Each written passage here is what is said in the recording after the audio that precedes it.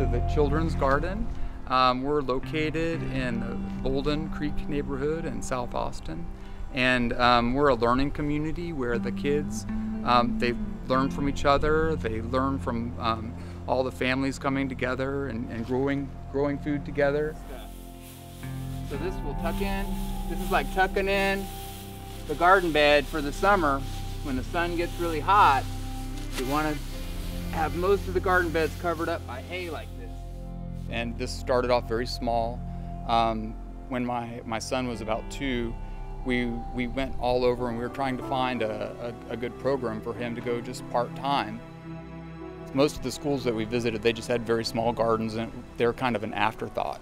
But here, the garden is very central in all the different things that they learn.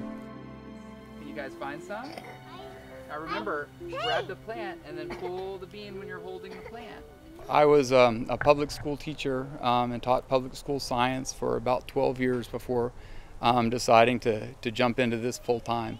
And I love it. I love having kids that are just so inspired to learn. Guys, to leave that baby carrots. We teach the kids how to make compost and then how to develop the soil and then plant the seeds and grow the seeds into food. And then once the food starts to grow, then they start harvesting it and preparing it into their meals and lunches and things like that, so that the kids really understand where their food comes from, and then not just where it comes from, but then how to prepare it as well. And then when they have an investment in what they're eating, then they eat things that they wouldn't normally eat. And so you see kids walking around just eating raw kale and green beans and raw spinach and things like that.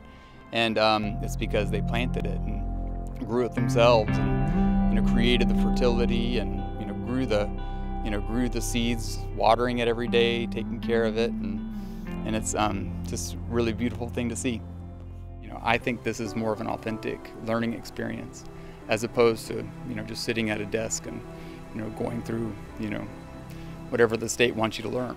I made it for you, Mr. Ben. Thank you, Nova.